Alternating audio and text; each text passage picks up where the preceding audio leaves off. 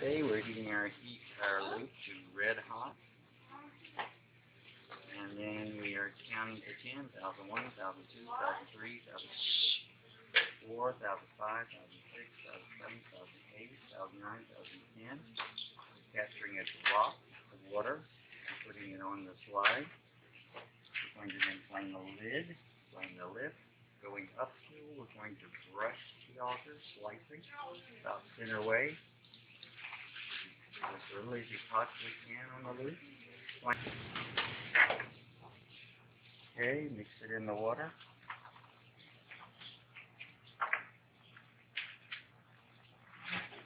And then spread over the entire slide.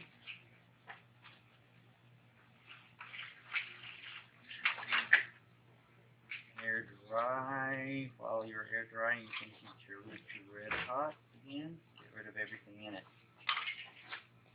Then take a large piece of paper and air dry it.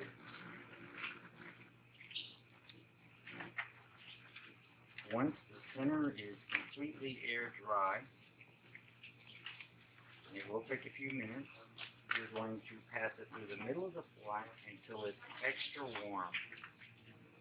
That's it for the smear.